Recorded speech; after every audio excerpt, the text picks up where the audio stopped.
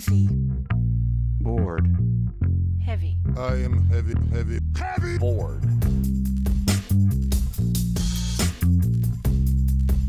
I may say that the male is entirely hostile. No! Dinner. Resources.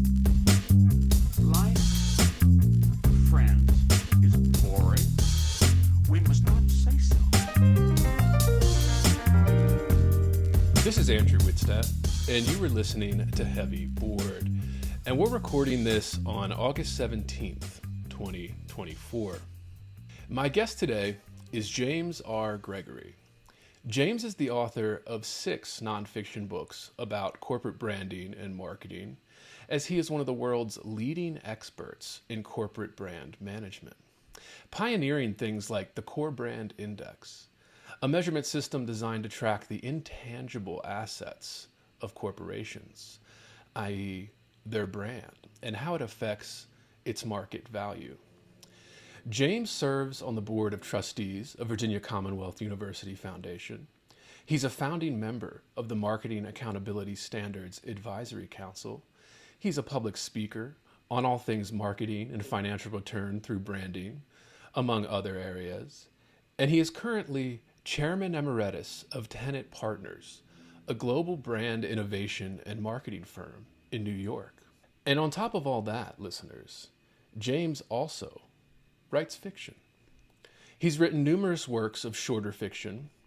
Short novels of the novella length are his specialty, and his latest book is called Zephyr's War, out now from Morgan James Publishing just this week, and of course is linked in the description below, listeners. Zephyr's War takes the recent development of war between Ukraine and Russia and turns back the clock a few decades to the time of mafia families raising hostilities between the two nations, the war years in the making. James writes stories meant to be read in a single sitting. Quick, fast-paced books with thriller elements, following crime syndicates, mysteries, and more. And his body of work is growing, listeners. His publishing journey and insights and his marketing expertise all collide in a career that spans many decades. And I'm thrilled to have him on Heavy Bored today. James, thank you so much for coming on Heavy Bored. Andrew, it's a pleasure to be with you. Thank you. Absolutely. I like to start this off with the same question we ask all writers that come on the podcast. And it can get, as detailed or as vague as you want or as personal as you want to go with something like this. What was your childhood like? So where did you grow up? What did your parents do? How did you get started on the world of James Gregory, like the kind of living life to this way? Well, that's a good start. I grew up in Pennsylvania, in Johnstown, Pennsylvania, which is primarily known as the flood city. The 1889 flood broke a dam and wiped out the entire city. So, and Johnstown, people remember that. They still account for that, which is very, very interesting. It's sort of a little bit of a mindset that the dam could break anytime. But that's where I grew up, and I was not a particularly good student. As I mentioned a little earlier, that my English teachers would be surprised to know that I ended up writing novels and other books. But I started writing because I had a business. And that business, as you mentioned, was called corporate branding. It was all focused on the image of companies and how to measure them. And so I started writing books in order to promote our company and to talk about this branding concept. And I call it, this corporate branding concept, because there's so often brands are mentioned, but most people are talking about product brands. And I focused on the corporate brand. And the corporate brand is measurable. It's an intangible asset. And I created a system of measurement that became well known as the Core Brand Index. So that's kind of how I got started and why I got started at writing. And then it sure evolved from there. When I sold my company, I went back to university and got a doctorate in business, and which I didn't need. I mean, it's a terrible idea to retire and then go back to school. Terrible idea. I do not recommend that for anyone. But what it did do for me is it got me writing. And when you're writing a dissertation, you have to do all this research and first draft, second draft. Keep going back at it. And I really got into the groove and never got out of it. So the folks that I graduated with are also surprised that I ended up writing novels. And where they wouldn't have been surprised if I'd kept writing business books. But what a ride. It's been so much fun. Yeah, I have a few questions about that, about your getting your PhD later in life and all of that. Especially, I came out of I didn't get a PhD, but I did apply to get a PhD a few times, and have kind of, should I do it? Should I not? It's hard work. I mean, it's something you should not take lightly. I wish I could get those 3 years back. And I'm curious about the intangible capital. I have some questions about that too, because I think not only is that a great phrase, like a great phrase to capture what you're talking about, but I think it's something that's becoming more and more important too, not just and I think for advertising and writing too, writing the social media angle with this brand building. Everybody's trying to build a brand. And I think what you're talking about, that intangible capital, is a great phrase for that. But yeah, so you grew up in Pennsylvania there. How was it growing up? And you said there was the dam, everybody was kind of the constant, almost Cold War-esque, right? The dam could break at any minute. Good childhood problems. And again, as personal or as detailed as you want to get, or as vague, it doesn't have to go confession here, but yeah, my father, we were a blue collar family. My father worked in the steel mill for Bethlehem Steel, and he had a blue collar job, and he was what they call a heater in the mill, in the rolling mill. And our family's history goes way back. I mean, we heated the first steel rails in the United States when they were produced here. So that was, our family has a real tradition in that industry. Of course, that industry is, a Rust Belt industry. Right. So it was disappearing when I was young, and it continued to disappear to the point where it's basically gone. I mean, for the most part. And so it was, I loved Johnstown growing up there. In fact, I wrote a book with my brothers. This was our COVID project, and it was called Columbia the Street. And Columbia was the street we grew up on. And my brothers and I all contributed to writing this book just for a fun project. And it actually turned out to be a pretty popular book. And it has pictures of our family and everything, kind of like a family scrapbook, but with all the games we played and how we teased the neighbors and in some ways got along, how we got along, racing our carts, soapbox derby carts down Columbia Street. And why I call it Columbia the Street is I thought that was the center of the universe. I thought all things that were called Columbia, like Columbia University and Columbia the country, were named after our street. So I really had a strange outlook, I guess. I think it's a very American outlook, right? To have your immediate, very American, pro-American, and we grew up going to battlefields and with my dad would paint a vision. If we went to Gettysburg battlefield, he would paint a vision of what happened, what took place in different parts of the battle, and it was fantastic. And I I get those visions when I'm writing. I can see things. I've become a storyteller like was a storyteller talking to his kids, and I'm a storyteller painting a vision of what I see in these books. And I have a lot of energy for that. I have a lot of drive for writing these things. Absolutely. And I've growing up where I did too, kind of not. I grew up in kind of the suburbs of Baltimore. We were probably like 45 minutes from the PA line, but like we were very many vacations. My dad was very much I always say kind of like the baby boomers loved the Civil War and the kind of World War II. He was very into that. So we were always going to Gettysburg or Fredericksburg, these kind of battlefields around that area. And it's really a great area for that kind of history too. Oh, it's amazing. Yeah.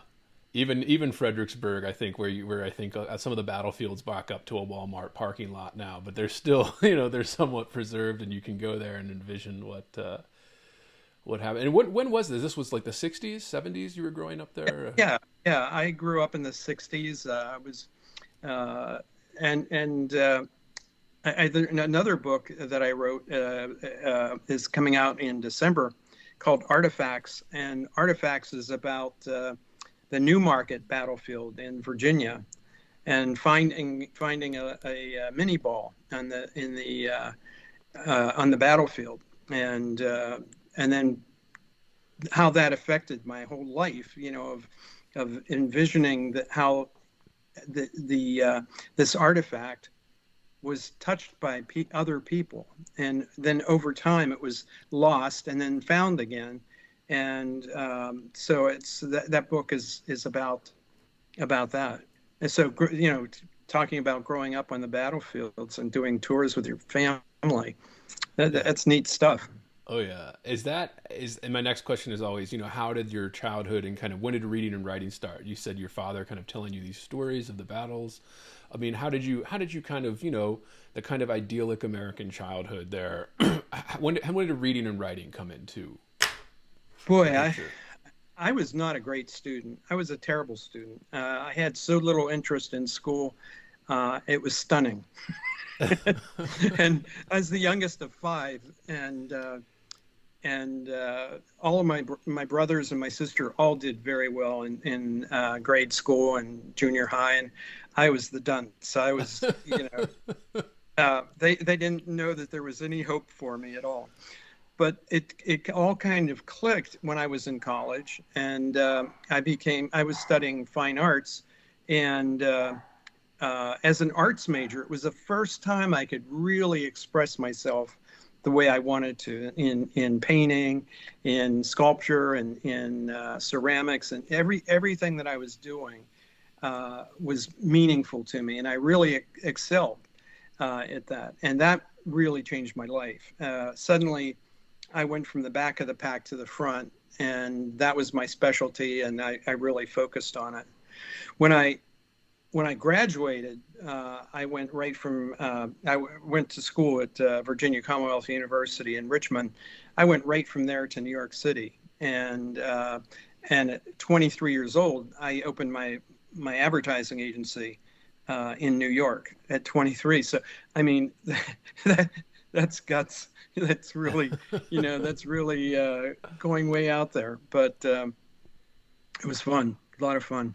Yeah, and I've been very obsessed with this idea of the romantic, like the kind of the romantic nature of storytelling, the romantic nature of a writer. This kind of, like you were mentioning, the single pellet, bullet that you found, and then kind of understanding the romance behind it, this long story, this long history, and then having deep meaning in that too. And I think that's a huge part of being able to even appreciate stories enough to start writing them and creating your own and all of that. I think I love hearing that. Yeah. And again, finding it in other art first, I think is also a very, it's very common. I think you have to have that kind of romantic sensibility, and then you start making different forms of art, and then you discover storytelling. It's kind of the same vein in this. I don't know. It's an idea I've been obsessed with for a few years now.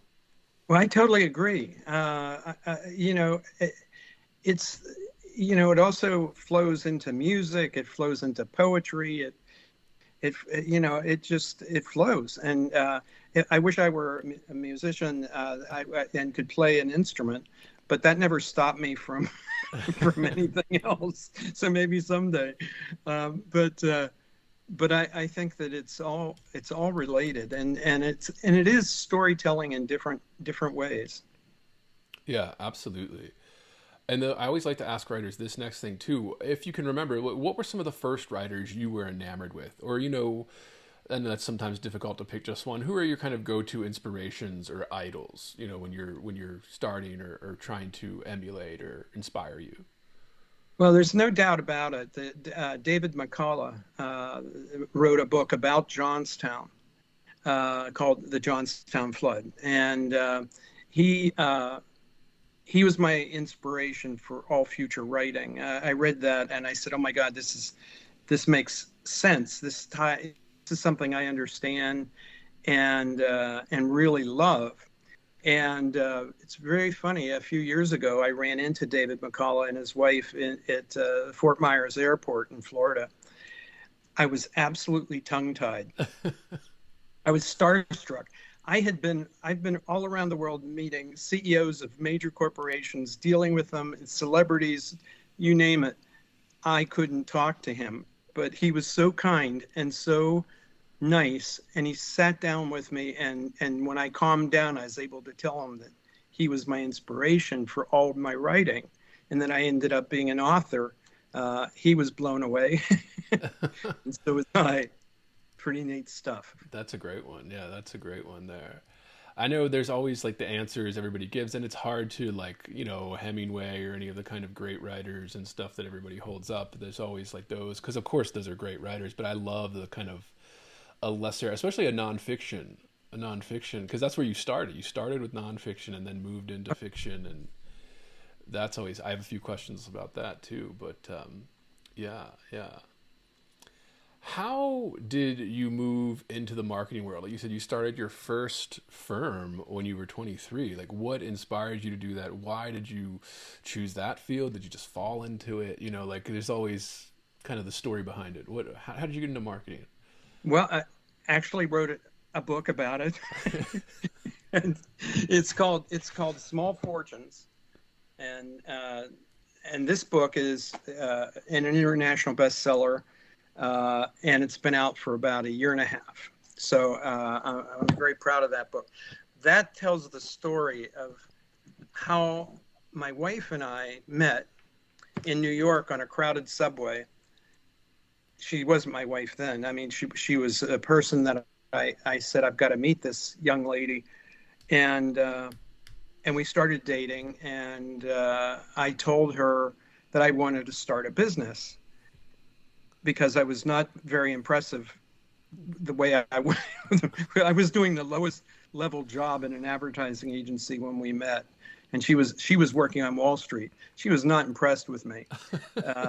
And she let me know that. But she said, I said, but stick with me. I'm gonna own a business someday. And she said, what's stopping you? Why don't you do it? Hey, I'm 23 years old, and I'm just getting started. I'm scared to death. I'm in New York, the fly speck compared to the big guys. And she said, go ahead, do it. And I said, will you help me? And she said, no, I'm busy. I'm not going to help you.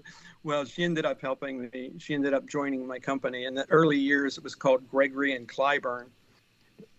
Gregory for me, Clyburn for her, and we started our business that lasted 40 years until we sold it. And she's still my partner today in everything that we do. That's fantastic, and I love that it was just this idea, right? Just this 23-year-old guy in New York working, not even understanding necessarily how a big firm would operate, and then just doing it. I had more guts than brains. I just did it, and when our first client was the Long Island Railroad. I mean, it doesn't get any more.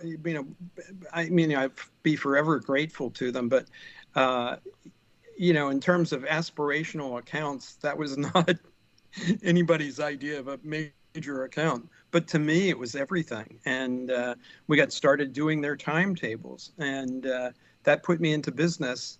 And for many years, it was one of my most successful efforts. It was very profitable and a lot of fun. I love that it's a uniquely American story too. Like it's a very kind of going to the big city from, small Pennsylvania kind of town or moderate size, right? And then you kind of, without even having the slightest clue, could start building towards something, like you said. And I love the fact that it was your wife that inspired it too. Like, again, very kind of trying to impress a girl, and not saying that's why you did it, right? Of course not, but just kind of, yeah, like that's just, again, very romantic. Like it's a very, this is the romantic kind of American ideal of growing up and then being able to conquer massive things like a New York marketing agency. Yeah, it was a big idea, big audacious idea, and but we took one bite at a time, Right. and we were so grateful for every single new opportunity we had, and because we were small and because we were a mom and pop organization, it opened up doors for us that wouldn't normally open to a small agency, and we became kind of not cool, but almost cool. Right. And we had a real following of people who liked us, and we did good work. We did, high quality work, and so we built our reputation doing that. Absolutely. And this obviously, I guess this came out years after you started the marketing firm and then moved on. But just kind of, this leads me to the kind of intangible capital, your book, or one of your books, that you put out here. No, Well, please. most of my books relate to the intangible capital concept. Once we had that, we realized that nobody else, it truly gave us a unique selling opportunity, unique positioning. And the reason we did it is we heard somebody say that Jack Welch, who was the CEO of GE, was not going to grant advertising budgets to the advertising group there because they couldn't prove the value of their advertising. And boy, the light bulb turned on, and I said, we can do that. We can figure that out. And the way we did it was to begin to do research on corporate reputations. We did quantitative research and asking this neutral audience about how they felt about these companies. And we started out with the Fortune 100, big companies, and we developed quantitative research so that we could absolutely rely on these companies, the research, so that they would tell you if the company they were familiar with the company and how they felt about the company's overall management, its reputation, its investment potential.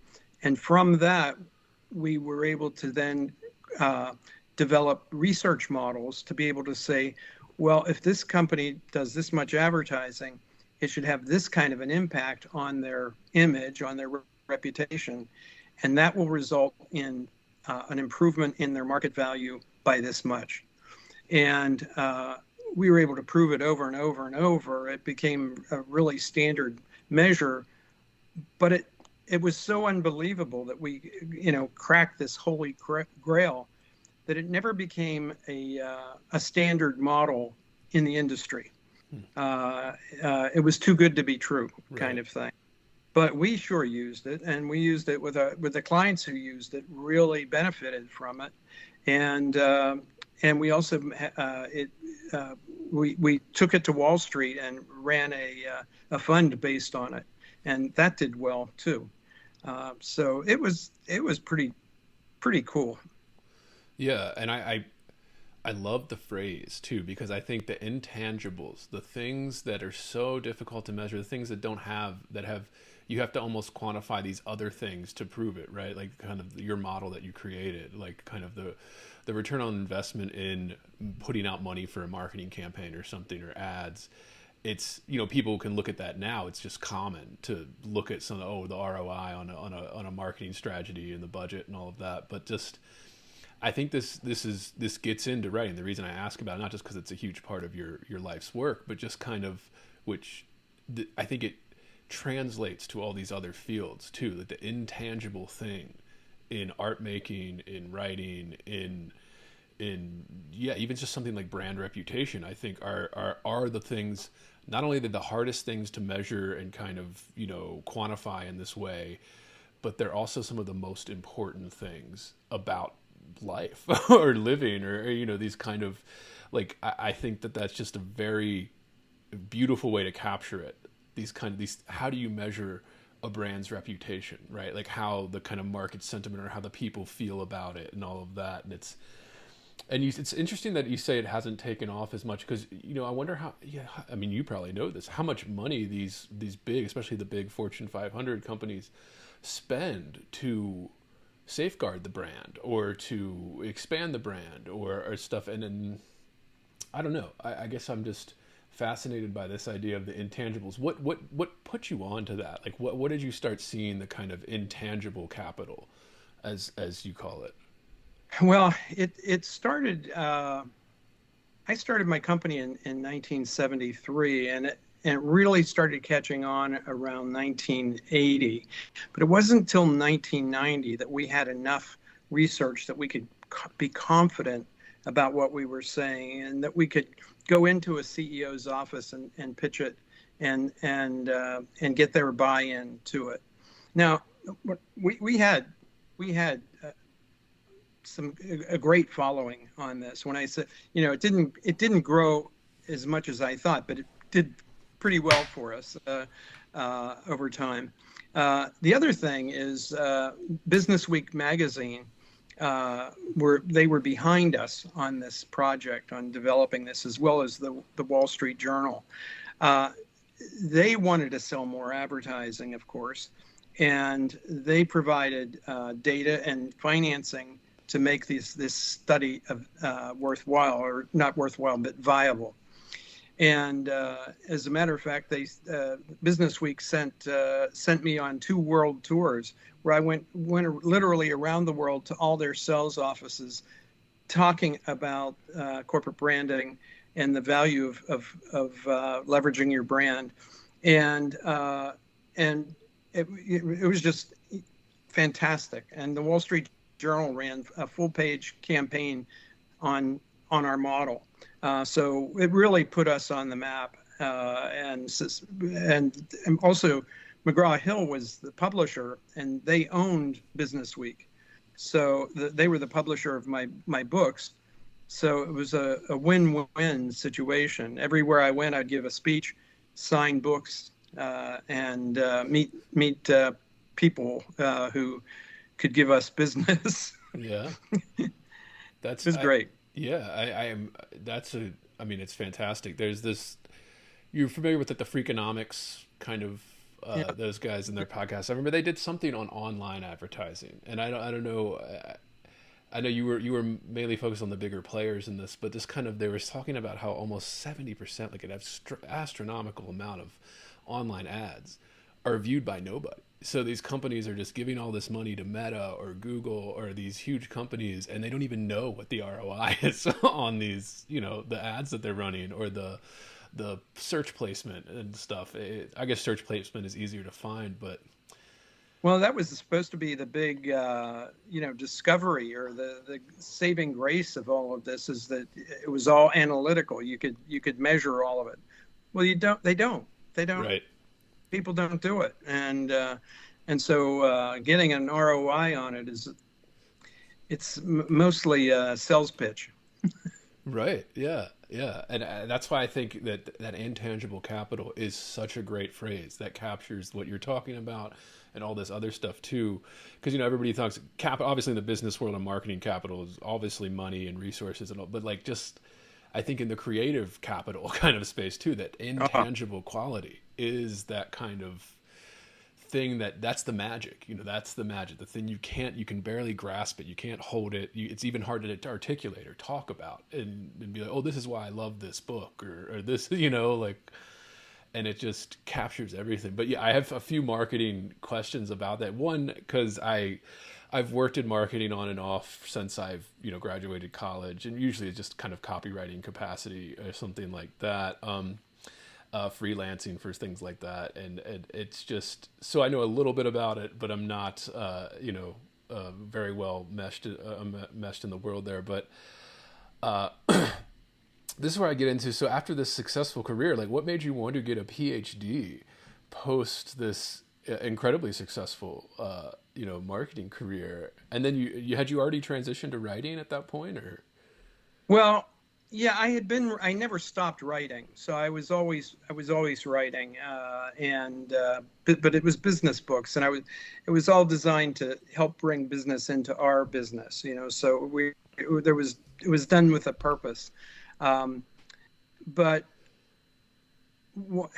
that's just, when a lot of people, when they sell their business and theoretically retire, they take up golf or tennis, and I tried to do that, and I just wasn't interested.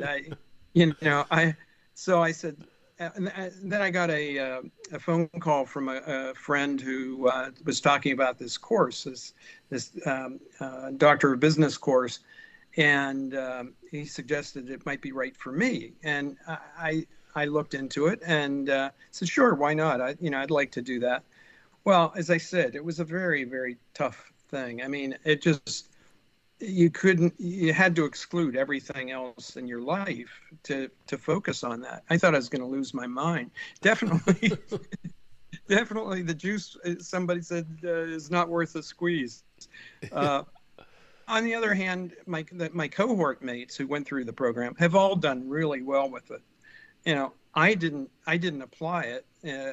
Well, the reason I took the DBA, the Doctor of Business program, was our model, our core brand index model, had some further potential in it, and I wanted to squeeze out all that potential. And I thought when I did the course that I would be able to work on that, but they don't do it that way. That's not the way it works. And so I couldn't work on what I wanted to, and I had to work on what they wanted me to. And that's what made it hard. That's what made it, took some of the energy out of me. And that wasn't the best experience. I'm glad I did it. In hindsight, I'm glad I did it. And I have made a lot of good friends through it. But I didn't do what I actually had set out to do, which was to work on the index and refine it and really create another level of analytics. So, yeah, I have friends that have gone, not the PhD in business, but the PhD in literature or something, and it's usually the same story. Yeah, the kind of I don't ROI, understand. Yeah. I when I finished the program, I wrote a critique of it, and I said, I came here with such high hopes and so much energy and thoughts, thinking about what I wanted to do, and you didn't let me do it. And now I'm done. I don't have any more energy left. So I started doing things for fun, which is started writing novellas.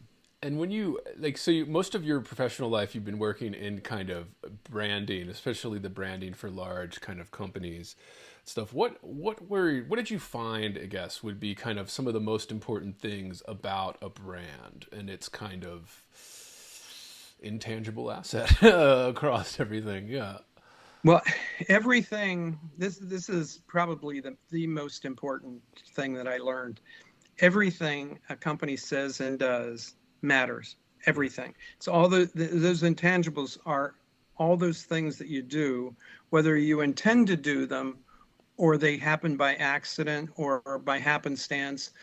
Uh, they all have an impact on your corporate brand, and they all matter. They might they might accumulate over time. They might not matter that day, but they create an impression and a feeling, and those things matter over time. And we could measure that. I mean, we could absolutely measure it. So many times a CEO would say something that didn't resonate well with the employees, and you could identify the day that they did that and look at the consequences as a result of it. We had a client who every time he would go on the news media and talk about his company, his stock would go down. The stock of his company would go down, and he had no idea that it was his fault.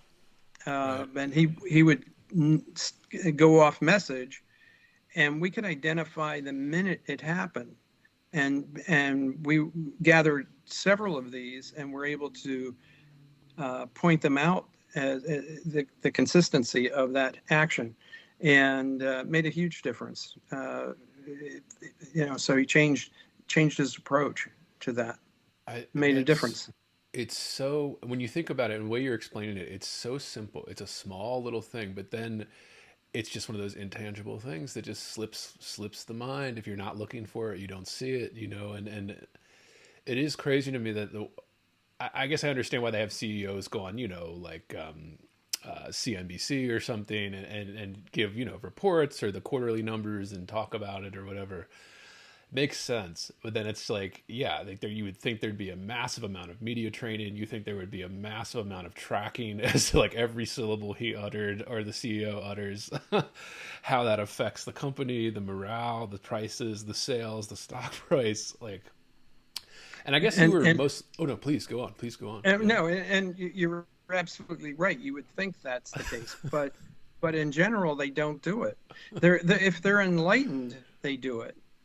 But that it kind of exposes themselves to question. People are questioning me, the way I speak or the way I talk about this company. I'm not going to allow that. And that kind of defensiveness really has a negative long-term impact on the company. Yeah, you don't even think about that, like the kind of attitude or something that's displayed. And even if they do it unintentional, you folding the arms or some, body language, like just kind of this, that's important. And I'm all about those kind of little things, and that's why I kind of like that idea. And I have a few brand questions just because I'm curious about your thoughts on this and kind of, applying that. We're going to get to the writing too. I promise that and the creative stuff, but yeah, the social media angle of branding, marketing, and things you were even saying there, the intangibles. So not even just the CEO going on, a news media program like CNBC or even any of the other networks or finance, Wall Street Journal, but just saying something on social media, right? Like, and this has changed. And I mean, I know, social media has changed the entire world, but kind of just to focus that in kind of the world of branding, the corporate side of it. And kind of the author side of it as well, the writers. Like I have friends that we're all kind of in this path of trying to be writers and struggling, the struggle that it takes.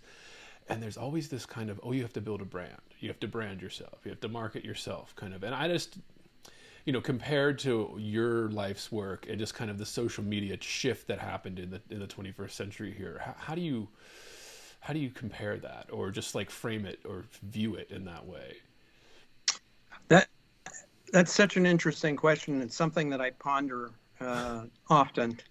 I've been around for a long time. When I was 23 and starting my business, the predominant typography was what they called hot type. It was melted lead.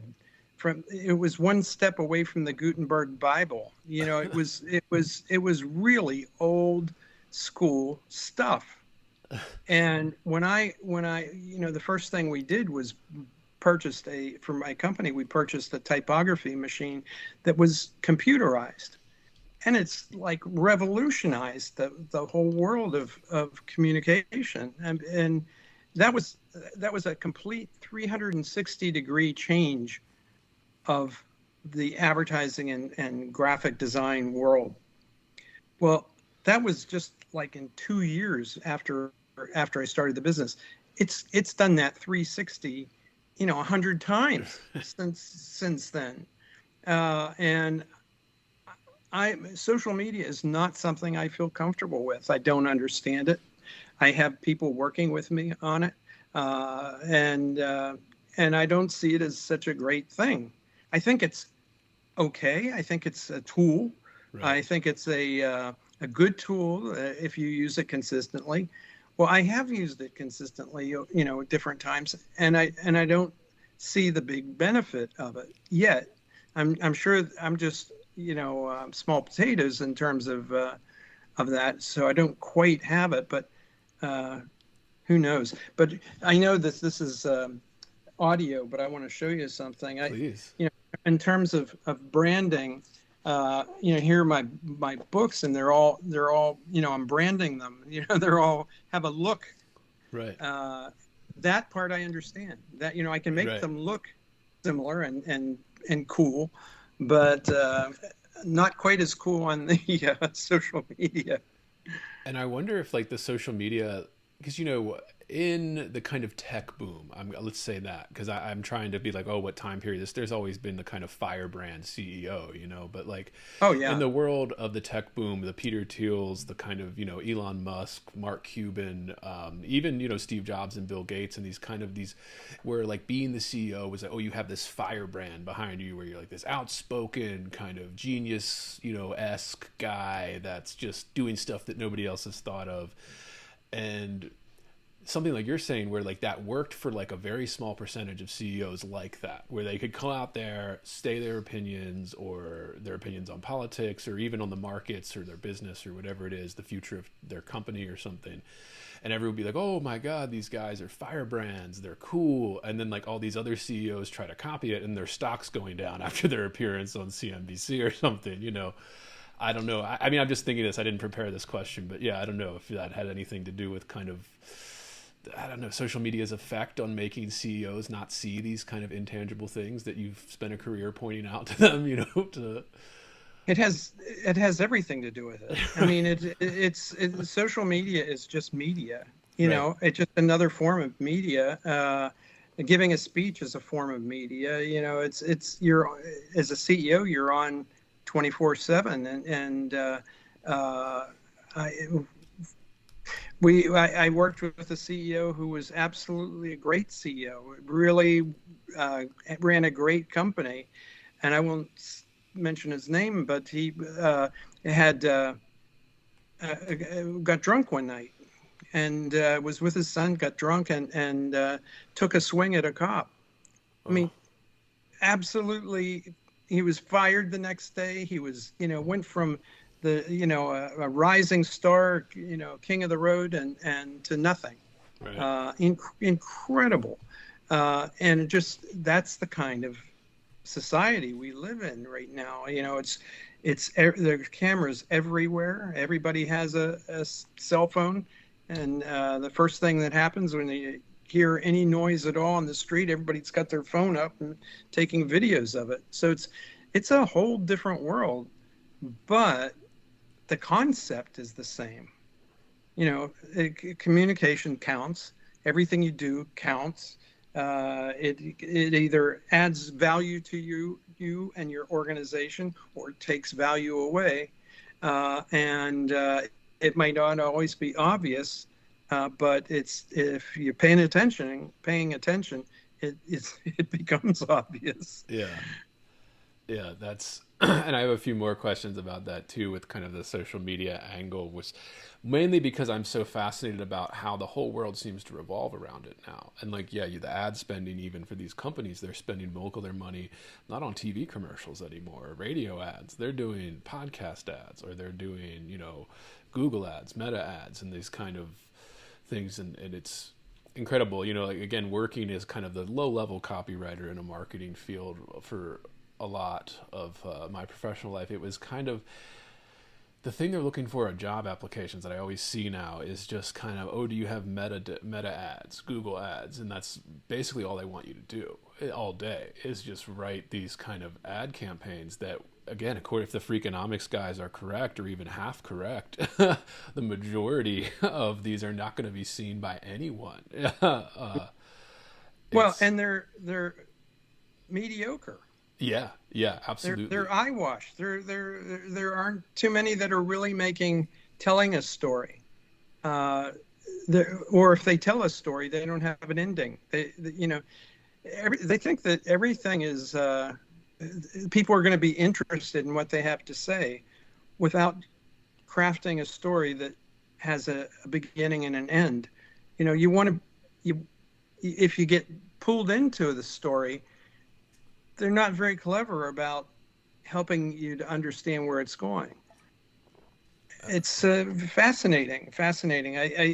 I think that there's more wasted money now than there used to be. I mean, when I started the field advertising, there's NBC, CBS, ABC, and that was it. It was pretty simple. Put advertising here and watch the cash register ring. That was the theory anyway. And now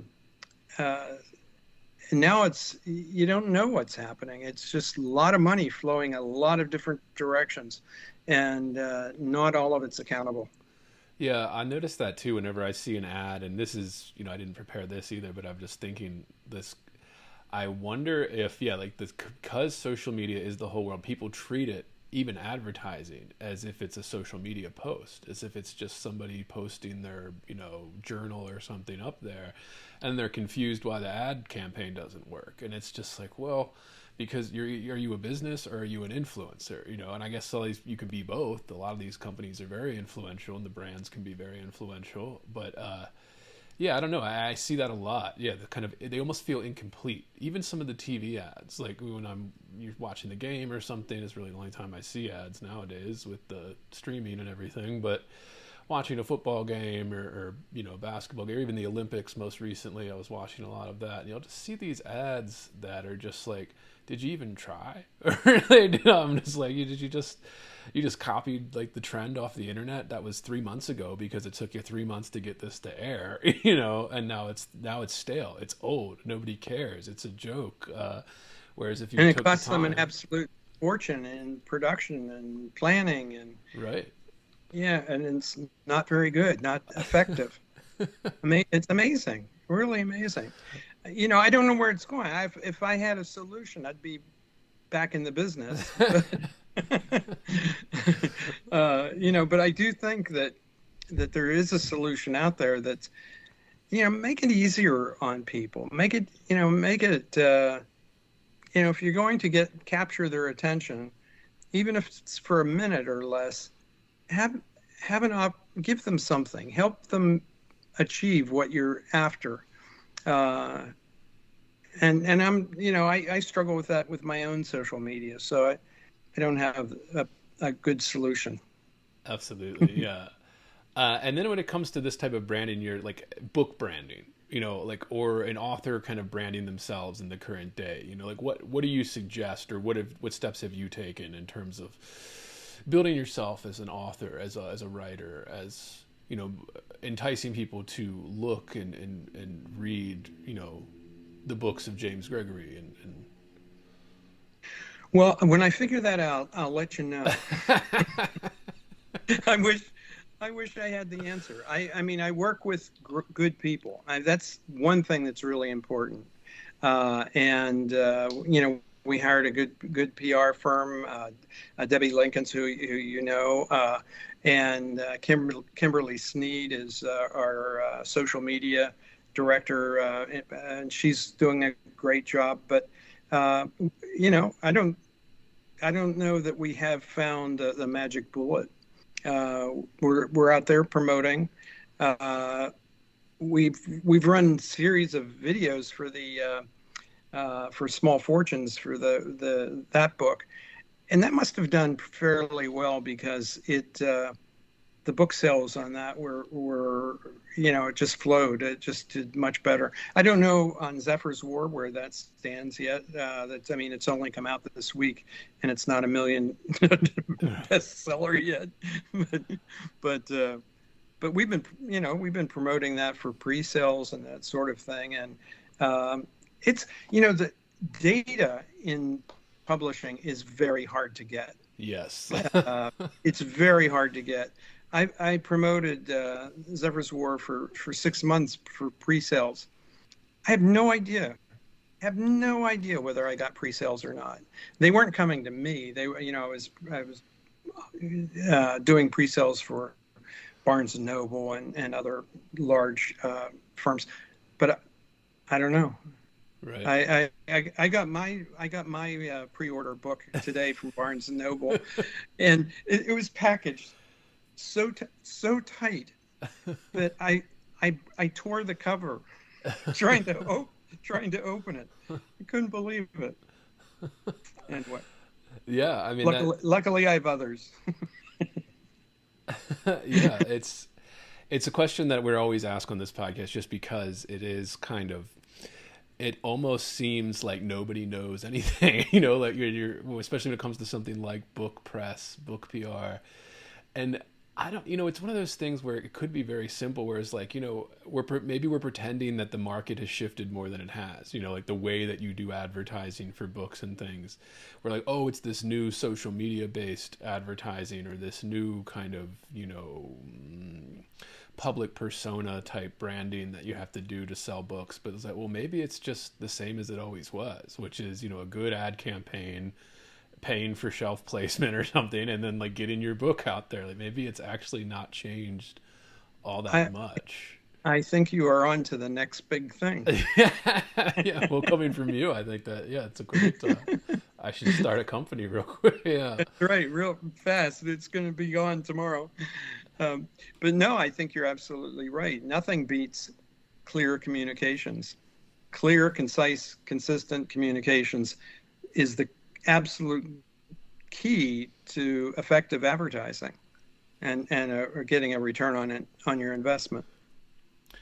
Yeah, and would you say something like, I know people are always, they're trying to find like a gimmick or like some type of thing, because everybody's kind of chasing the viral model right now, I feel like. And there's this kind of, oh, if we get a gimmick, it's like sometimes those gimmicks can hit and you'll get a huge boost, but then a lot of times they don't. Everybody looks at the exception to try and disprove the rule, and it's like, well, actually, no, the exception proves the rule here. Actually, like, a gimmick isn't necessarily going to work for you. I mean, look at all the millions of people that have tried to do that kind of, whereas the kind of just basic approach, clear, concise communication with maybe a little fun, maybe a little activity. I don't know any of that, call to action things, but yeah. No, I agree with you.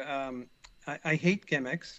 I see them and I just pass it by. And right now, book funnels are a big deal. Yes. Everybody's doing a book funnel, and I think that makes sense. But if everybody does it, what sense does it make then? It made sense when the first person did it, and maybe the second person. But if everybody's doing it, it's just junk. It's just right. Junk mail.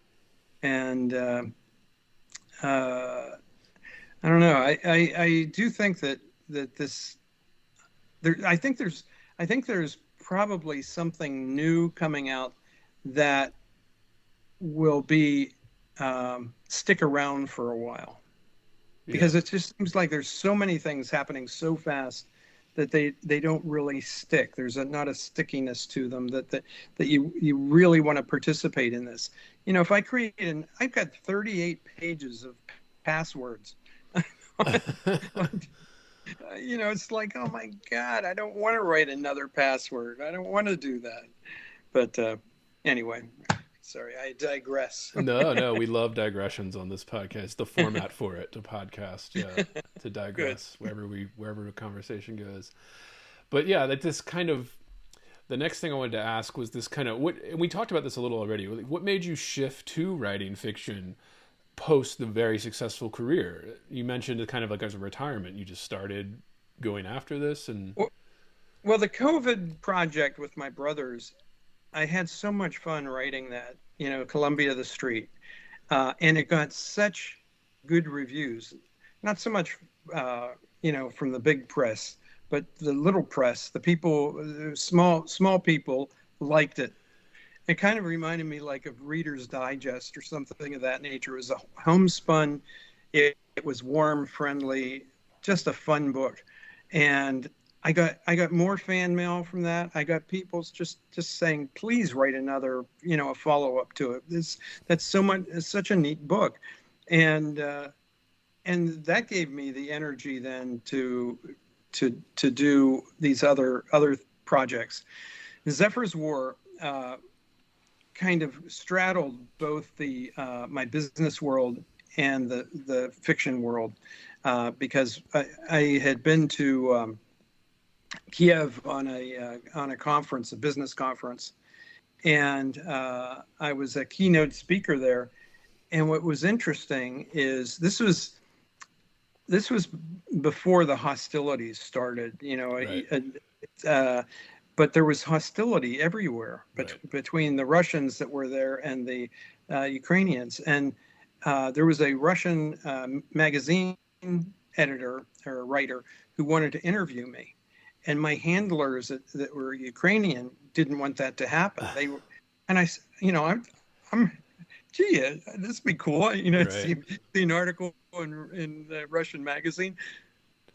The war started right there. It's like they were going at it. And it took me by such a surprise. I didn't realize the hostilities that were going on. And I could see it everywhere. That once I became attuned to it, I became aware, like there were street demonstrations and they were trying to overthrow the government at that time. And I said, this is very weird. And there's a lot of hostility here. This is going to boil over. Then also the other thing that fascinated me is Chernobyl had happened years before. And I always wondered what happened to the survivors, the people who, weren't killed in that explosion and the aftermath.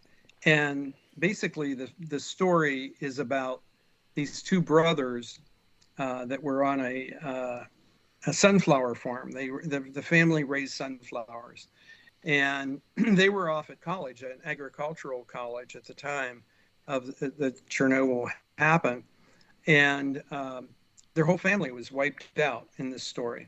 And they came back, but they weren't allowed to go back to the farm. Everybody was dead, and they didn't know what to do. So these two young men were very depressed, and the older one, Zephyr, says to Ziggy, his brother, let's change everything. Let's have a whole new outlook. Let's become cigar smoking, champagne drinking capitalists, and let's go to New York, to the center of it all, which was absolutely the opposite of the Soviet Union upbringing they had had.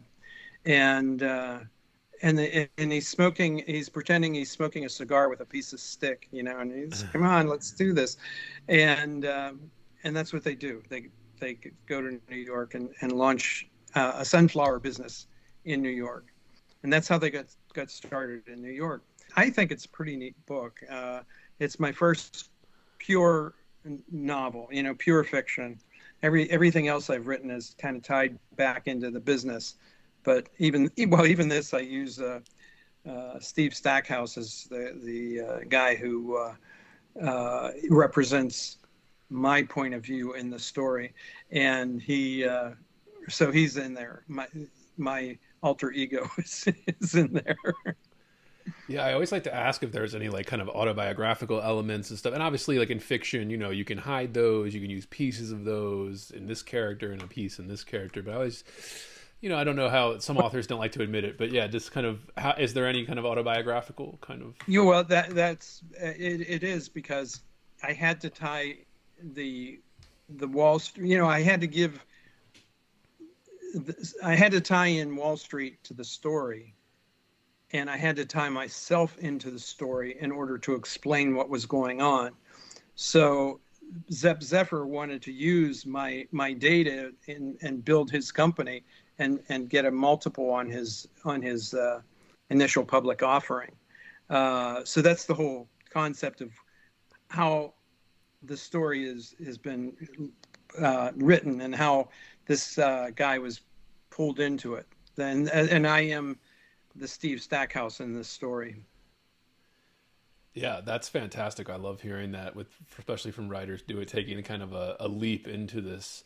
What was the process like for you writing something like this? This is kind of the writerly questions, kind of like, and I know, at the very least, it takes some energy from you, right, to write something like that. But just what was the process like of writing a book like Zephyr's War, or any of your books? Well, I'll stick to the fiction because it's much more fun. The first draft is pure joy. It is so much fun to write the first draft, and it goes really quickly, and then you think you have a masterpiece, and you put it aside for a week or 2 weeks, and read it again and say, "Oh my God, this is awful." So then you start your second draft, and then you think you have a masterpiece again, and then you give it to an editor or somebody you trust, a couple of people to read it, and they come back and tear it up, and then you start your third draft, and then it really starts to be refined and starts to work, and by that time you've weeded out all the actual mistakes, or most of them anyway, and you're then it's a different kind of fun. It's no longer just about having the fun of writing, but really having the fun of a finished product. It takes about, I find, about a year to do the first draft, and a year to do the follow-up, and then a year to get published. Right. I hate how the process of publishing just excruciatingly long for no reason.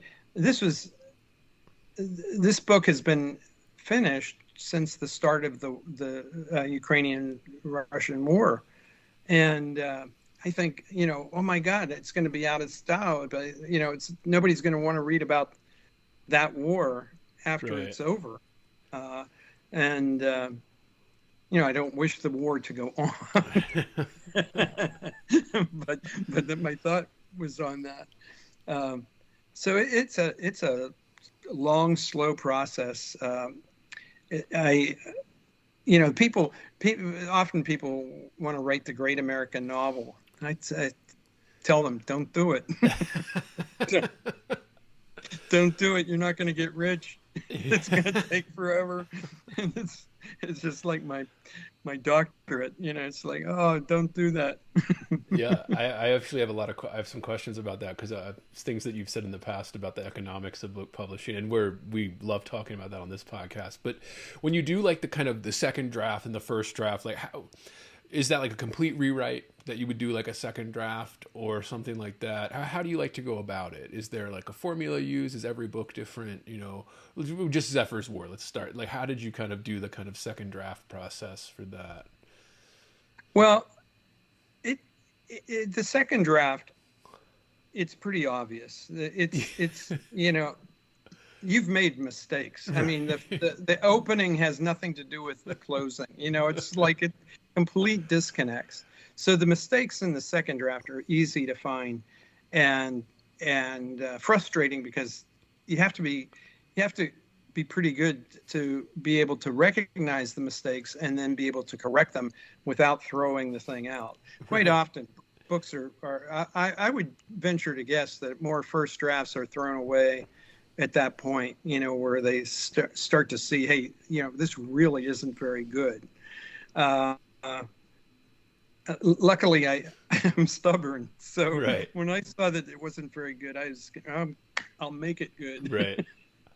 But so and then having a good editor is extremely important. I have an editor who I've worked with forever, and she's very patient with me, and she's has goes through it and explains where the problems are, problems that I hadn't even dreamed of, things that make no sense at all, but I in my mind they're working. Right. So she's wonderful for doing that, and then there's also the issue of commas. I mean, I cannot figure out the rules around commas to save my life. I can't. Right. I find commas are the silliest grammatical tool that there is. I mean, I just, they're random as far as I'm concerned. So I need a good editor for that. Absolutely. And I have one. Yeah. That's absolutely. And this is where I do want to kind of get into kind of the economics of book publishing, but also kind of your experience in that kind of, because you've self-published books before. And kind of what motivated you to self-publish? And these were kind of your business books that you started off with, right, for your company. And this is was an interview I saw of yours, I think years ago at this point. But I was researching for this, and then you were talking about the economics of book publishing and why you decided to kind of self-publish the book. And our listeners are very fascinated by this, especially the state of kind of the publishing, the big five, right now, and how they operate. But yeah, your thoughts on that. Well, I was very fortunate in the beginning. The business books that I created were McGraw-Hill, that was my publisher. So they were traditional big publisher, and I didn't know any better in terms of the restrictions that they had and all that. All I knew is do whatever they wanted, and as a result, I mean, they had international connections. We had books coming out in every language. They would set up the travel for me, and just everything was good. What was also nice about that is they had built-in advertising. So right. Business Week promoting our books. We had built-in audiences to go out and give talks to and sign the books, and everything was great on that. When I made the transition to start writing independently, I worked with a company called Bestseller Publishing, and they are really quite good at helping you through the whole transition, the whole thing, including taking your book from this first draft and helping you edit it. I didn't use them for that, but if you're a writer and want that kind of help, it's offered. If you want marketing help, it's offered. If you want setting up the inside of the book and having all that laid out and everything, they'll do that. So even social media, they'll work right. with you on social media. So that is a soup to nuts service. Again, it's called Bestseller Publishing. And so it wasn't really self-publishing, although it was. I mean, it's self-publishing through an organization, and that worked really well. I did the book that Columbia the Street, the one I did as my COVID project. That was truly a self-published book, and I did that through Amazon. Right. And that was okay, and it did. I mean, it did very well in terms of, I got more fan mail from that than anything else I've ever done, but that book didn't come out as well as I would have liked. It didn't look as professional right. as my other books, and so I haven't been real proud of the look and feel of that. So if that the type of thing is important to you, it's probably best to get a professional designer or work with somebody like Bestseller.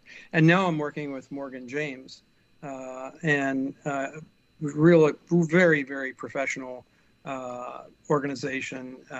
They give you just tons of support, and uh, it's just it's just kind of what I've been looking for. The organization that I've been looking for, I've got now, and so yeah, they're good. Yeah, absolutely. And I think that this, because we have a variety of people that listen to this in terms of, writers that are publishing on major presses, writers that are aspiring to do that, writers that are self-publishing their projects on through Amazon KDP and other kind of formats that let you do that. And I was just, when I came across this, that interview of you I think it was over a decade ago now, but when I was researching this, where you were talking about how kind of like the economic model for books doesn't quite work anymore. And I'm not quoting you verbatim, but that you said that these were mainly for business, right? And it's kind of what did you mean by that? Because, I love that quote. But I think a lot of people kind of confuse the current catastrophe that that is book publishing business as some type of like economic incentives or something, like a business that listens to economic incentives. But I keep trying to tell people that economics doesn't really seem to have anything to do with it. But I just wanted your thoughts on that kind of how it's more for the business and like kind of opening doors than it is for an economic return or making money or making yourself a huge author or any of those things. Just your thoughts. I think a lot of people have the idea that they're going to get rich, writing their book, and it's just nothing is further from the truth. This is a way to get poor. This is a way to spend a lot of time and money and not get a return on investment. Now, we've been talking about ROI for a while now. This is a good example of what not to do. But, it's like anything else. If you're going to do it, you've got to do it more than for a short term.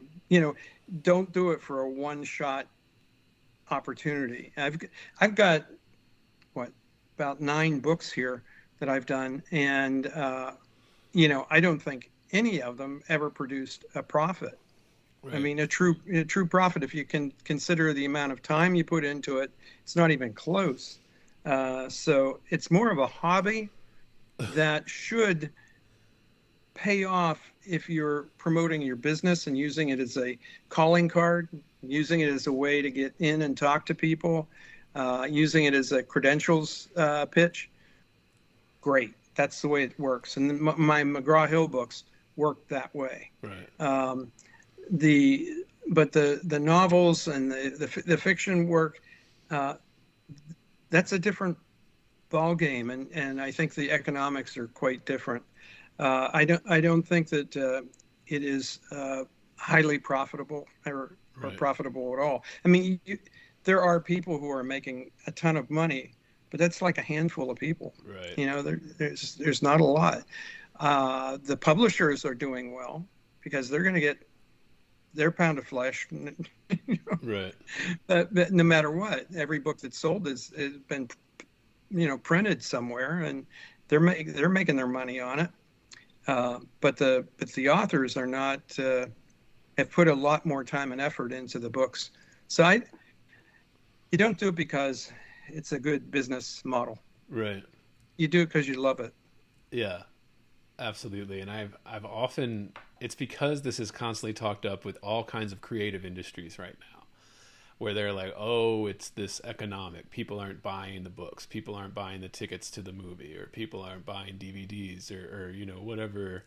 Like, oh, that's why it's failing. I'm like, is it the economics of it, or is it just incompetent people like kind of running these businesses into the ground where they're like, oh, it's the economic model. I'm like, okay, so why are we spending more money than ever to publish something that doesn't sell? Like, like kind of all the money that's spent. And I know that they're incentivized, kind of a big publisher would be incentivized to do the marketing for a select number of authors and all of that. They're trying to get the most return for what they put out, but it's also just kind of, why are you spending, how much does it cost to publish a book that doesn't sell? Are you spending, $100,000, $50,000 to not get anything out of this? Like, it's just a loss. Doesn't seem like a business model at all. Really, like it seems like a guess and crossing fingers, like what's the kind of, but yeah, I'm just fascinated about that because self-publishing is becoming more popular. It's becoming more legitimate because of that. I think where normally it would be like, oh, even 10, 15, 20 years ago, people would say, oh, self-publishing, turn up their nose. But now it's like, oh, some of the biggest selling authors on the top, the book scan list of the best-selling books, well, most of them started self-publishing now, like on Amazon or something like that. And then after years of doing that, slowly built up to this kind of following, and now big presses are interested. But it's become more of a tool, more accessible maybe for the kind of the internet age that anybody has access to it. But yeah. Well, you make a good point because Amazon has made it possible to publish, very few books. I mean, you could do 20 books and they'll accommodate that order. And that's fascinating because it used to be 5,000 or 10,000 books. It was the minimum order. You had to make sure that you would sell that many before you could give them an order to print or hope that they would print. It's really different. And I do think they have made it more economical to do that, but you still haven't accounted for your time. Right. That time issue is the real wild card, because even if you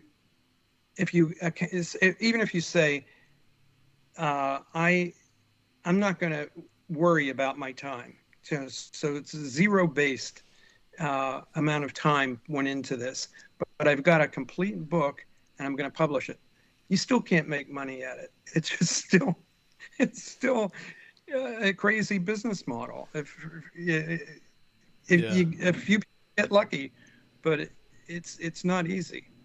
Yeah, and that's why it's one of my constant themes on this podcast is kind of, is it the economics or is it something else? Because the economics don't seem to add up with kind of, going into something like the publishing industry. How would you say you applied your knowledge and skills in kind of brand building and brand kind of maintenance, kind of guarding a brand, your expertise to something like publishing your own books or building your own brand as an author and stuff like that? Well, as I mentioned to you, the book covers that I'm doing right now are all the same. There's a series of them. My name, the way I put my name on it, nice and large and red. The style of typography they're very, very consistent. It's so there's a look, and that's getting to be a brand. I have this is my logo, the all-seeing eye with a $sign in the middle. But I think branding is important for an aspiring author. I think whether it's the look and feel of the graphics or the style of writing. I loved Tom Clancy. I just loved his work right from the beginning. And he would spend, 3 or 4 pages describing the spin of a bullet. Gosh, that's like boggles my mind. And I love that stuff. Now, I can't write that way, but that's a brand. That's a style that is uniquely his. And other people try to copy, but nobody could do it like Tom Clancy could. Yeah. And I think all of those big writers, they do, like, even if they don't intend to do it, they end up as a brand in some way. With Clancy, Stephen King, right? The name is bigger than the title on those books because they're the brand. You're getting the style, you're getting the genre, you're getting, the kind of everything you expect from the brand, and that takes years to make. But I love Clancy, Baltimore guy. So Clancy always coming out there. He had, before he died, he bought this huge penthouse in downtown Baltimore, and everybody was talking, all these news stories and stuff about it, and bought like a whole floor of this penthouse to himself. It was, I guess people see that they keep confusing that, like, that's the exception, not the rule, in terms of being an economic kind of model for your books and all that. But what we get into some more writing questions now. What's your routine like for writing? How do you like to get your work done? Do you like your morning writer, do you daily writer, evenings? You know, how do you do that? I'm a morning person, always have been, and in the night I kind of solve problems that I'm working on in the book, and in the morning I like to get up and put them down, write them down while I'm fresh. I do my editing in the afternoon when I'm not as fresh, but I generally like the mornings. Yeah, and you just anything you do in particular, just kind of sit down and start, or is there like a ritual, like a cup of coffee, like you're making coffee or something, or anything that's a cup of coffee is pretty much standard needed to get going, and I just read over the previous chapter again, just to make sure I'm in sync with what I'm trying to do, and just pick it up right from there. I usually have to have a complete chapter before I stop. Even if I change it the next day, I don't write a paragraph and then stop. I have to have a complete thought. But it is funny how the next day, I'll just say that does not work. I just cross it out and start over. right? But the process of writing it is still helpful. It's still good. That's what Stephen King always says that too. He said, give yourself a runway. The chapter before is a little runway up to the next takeoff. Like you kind of give yourself that runway to get started. Because otherwise, if you're starting with nothing in the back, that can be fun too. But if you're working on something like a novel or a novella, something that takes, many, many, if not years, at least many months to complete, you got to give yourself runways and off ramps and on ramps when you're going back and forth. So I love hearing, and we're just, this type of podcast where people are curious about that, because I know everybody has their own little rituals and kind of their own little ways of doing it. What gets them into the mindset of sitting down and creating something out of nothing, like creating a story that wasn't there before. Yeah. I can't think of his name. Neil Gaiman. Yeah, Gaiman. Yeah. He had a master class that I thought was really terrific. And one of the things he said is that every chapter should end with the question, and then what happened? Right. And you want more. And that was really helpful to me. If it's not there, I figure out something to put there. Yeah, he's got a lot of great quotes. One of my favorites of Neil Gaiman is what he says about first drafts. He says the first draft is just you telling yourself the story. Like there's a lot of gaps, there's a lot of missing pieces, and once you tell yourself the story, well, now you can rewrite it to tell other people, like the story. And I like that quote. That's how I see it too. Yeah, I mean, it's the end. He's one of the guys that's huge, made a great living off of writing books. Yeah. How, and this is something we always like to ask authors too, and we don't have to get into numbers, we don't have to get anything like that, but listeners like to know, how do you make a living?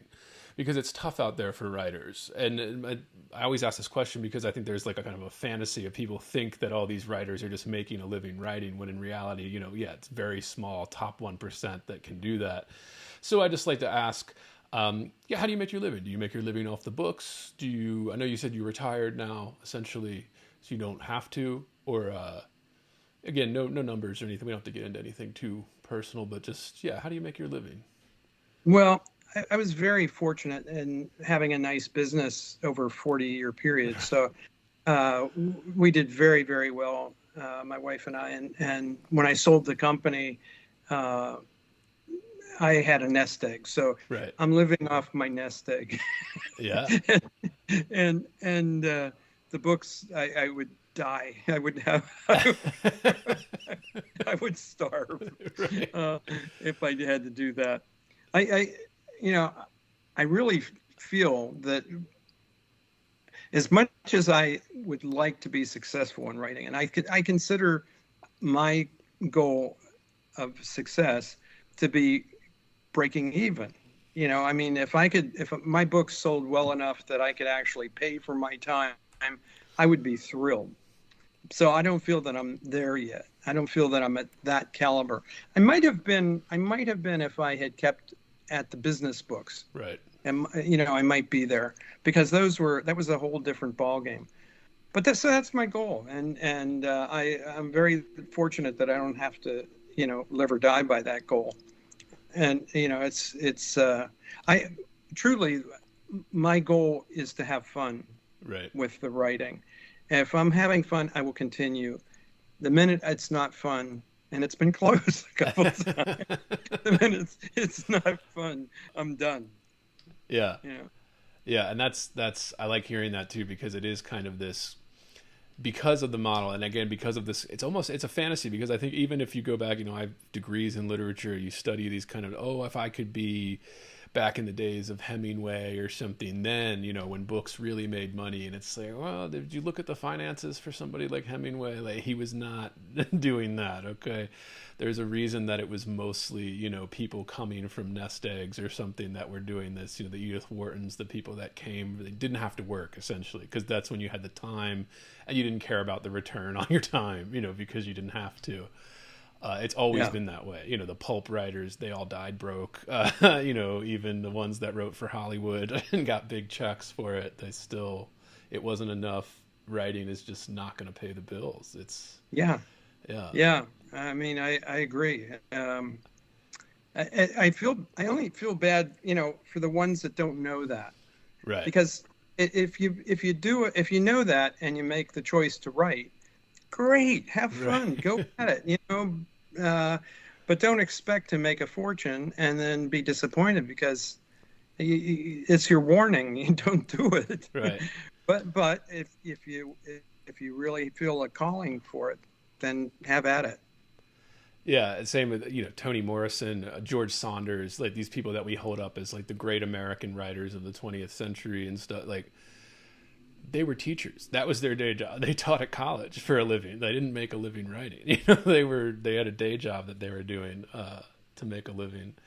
So I try to be clear about that with listeners out there, because one, I think they're curious, and then two, I think just to be realistic about what we're all trying to do out there writing books. What advice would you give to writers that are starting out or trying to build their own kind of brand and things? What advice would you give to them? Well, I just think having a plan of action, really understanding that it takes time to build your brand, that it takes time to write your first book, and the reason people have multiple books going on is because it takes so long, and by the time your first one's out, then your second one should be coming down the pipeline, and just be realistic, and it'd be helpful to not have to rely on your income from writing. And right. That if you have a second job or a primary job, that's even better. You use this as a hobby until you get going. Yeah, absolutely. Speaking of the second book coming down the line, can I yes, mention? Please. So I just got these today. This week has been very exciting because Zephyr's War came out on the market, and I got my pre-order books for Killer App. And Killer App is coming out in December of this year, so I will have 2 books in 1 year. Killer App is about. It says artificial intelligence was a godsend until it took over his life. So what's neat is the main character in this is a journalist who buys a program, an AI program called Artificial Intelligence Made Easy, and Amy for short. And Amy happens to be very aggressive in terms of wanting to help this gentleman along, and in all aspects of his life, including his writing, including his love life. And she begins to take over, and he can't erase it from his computer, erase the app. And it's a lot of fun. I did a lot of studying to understand. I went to that MIT course on artificial intelligence. I took that, and I just wanted to make sure I understood it well. And this was a lot of fun to write. And there's a second story in here called Artifacts, and I mentioned that earlier in the program. Artifacts was about the finding the Civil War bullet on the battlefield, and so that's a short story in this book. So pre-orders are available now until December. Well, we got to have you back in December then to promote that. Absolutely. Yeah, and usually what I do for this, when I have an author on for the first time, I like to just give them an interview, kind of about your life, your work, the kind of questions we've been going over, and then the next time I do like to do, we do kind of like a book club chat where they're kind of this. That's what the main podcast is. We'll do author interviews and all that, but then also just kind of book club kind of books, either something that you're really into or one of your favorite authors, like maybe a Clancy book or something could be a lot of fun to go into and while promoting that other book or something. But yeah, please, we'd love to have you back for that, for promoting that one. Yeah, please. No, that'd be fun. Sounds great. Yeah, part of my goal with this, the podcast is the same thing. It's like, oh, you're trying to be a writer to build the brand, trying to be podcast, to have to build this thing up over years, slowly. So hopefully, we love having authors on here. I would love to be kind of a go-to place for people promoting books because it is. I mean, how many places can you go to promote a book? Like even getting on 60 Minutes or something nowadays, it's just not the thing. You go on NPR's podcast, they have some good book podcasts, or the New Yorker and stuff. They get about the same listenership as me. Like they get about the same kind of thing, and just trying to create a place where authors can come and promote their material and speak openly and have fun talking about this craft, this stuff. So yeah, we'd love to have you back whenever. I think it's a noble effort. That's all I'm getting for it now too. Kind of yeah. Well, we've certainly explored that part of it. yes. Yeah. That's all I'm getting for it. But yeah, and another thing, the last couple of questions we like to ask are just about you. Like, reading anything good, watching anything good? Where do you kind of go to get your entertainment or inspiration, or kind of your favorite kind of go-tos, books, movies, TV, music, anything that kind of inspires you or that you use in the, whatever is just kind of pumping through your head right now? You mentioned other books, and there's one, Eleanor Oliphant is Completely Fine by Gail Honeyman. Do you know that book? I haven't. No, is that new release? Oh, yes, it's her first. Well, not that new, but it's her first book, her first novel.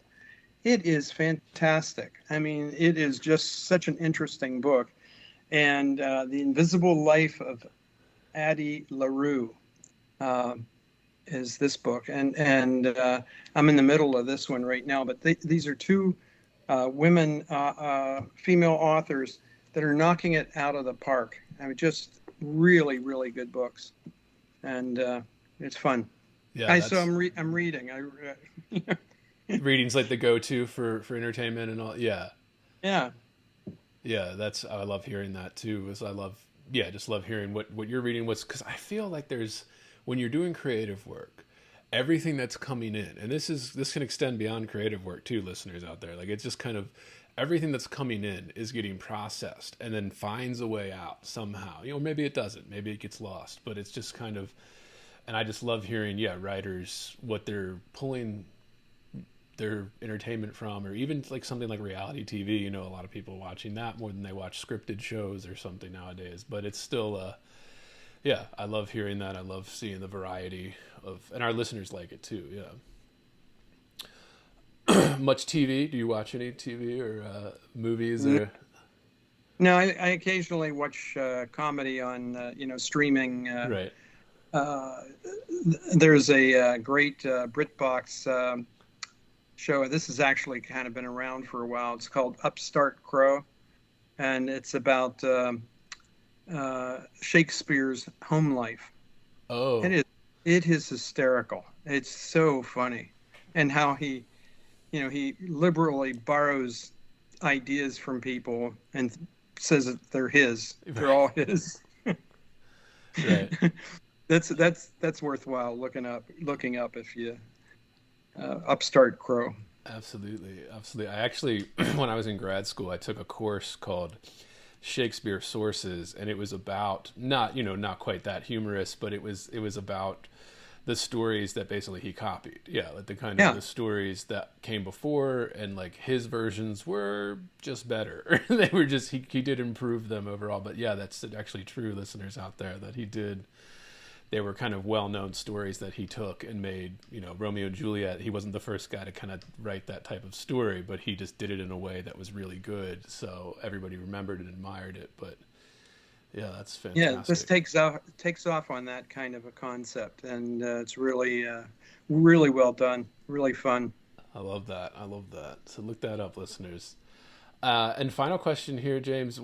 What are you working on now, if you feel free to share it? And I know I've had writers on before that are a little superstitious, don't want to say exactly, but are you working on anything now? Anything that's taking up your time? I am. I'm working on a book called Ghost Town, and I'm writing it slowly. This is not a quick one. The first draft is done, but I'm working on the second draft with 4 other writers. They're all published authors, and they're really neat people who and so we all share a chapter a week and critique each other's work. It's a whole different way of approaching it. I mean, right. I'm learning a lot, and I think this will be, at least I think it'll be my best in terms of quality of writing. Whether it's my best story, I don't know. But the quality of the writing, I think, will be better. And it's just neat working with smart people. I mean, they're great. What made you want to do that? Was that just kind of a... I just met a person who, her name is Lucy Hedrick. She's an author who I met at a function, and she said, I think you might enjoy meeting these people. And boy, after the first session, I was in. I want to do this. Right. So joined their group, and it's really working to great benefit. Yeah. I'm not sure how much I helped them. Well, I mean, it's akin to TV writing and things like that. I mean, everything that's the good fictional stuff has a whole team of people, behind many heads, better than one type thing. Yeah, that's great. I love that. Yeah, and I love that it was just kind of let's try it.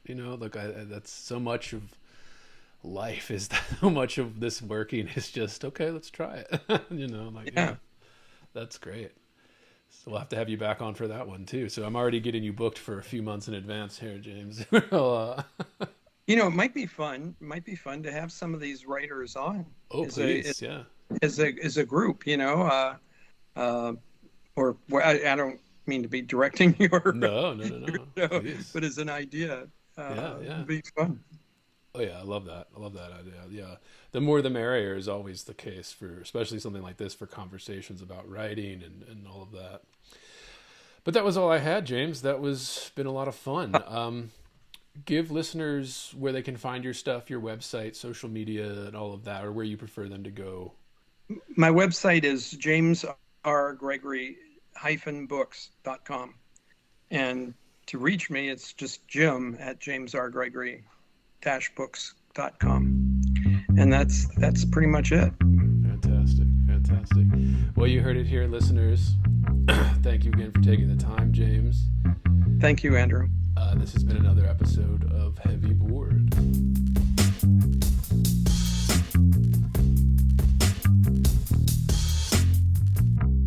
Heavy. Board. Heavy. I am heavy Board.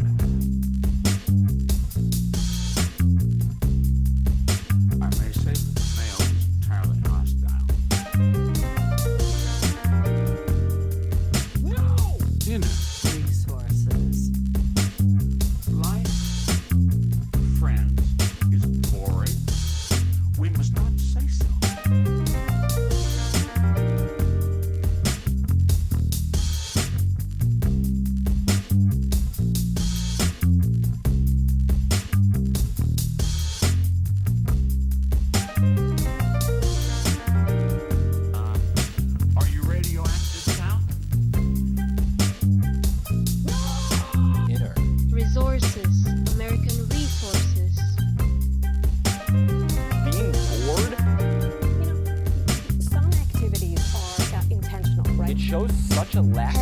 attitudes for life. Bored. I aspire to boredom, I should say. Bored. Heavy. I am heavy. Bored. Has you the night sweats and the day sweats, pal? Pal, I do.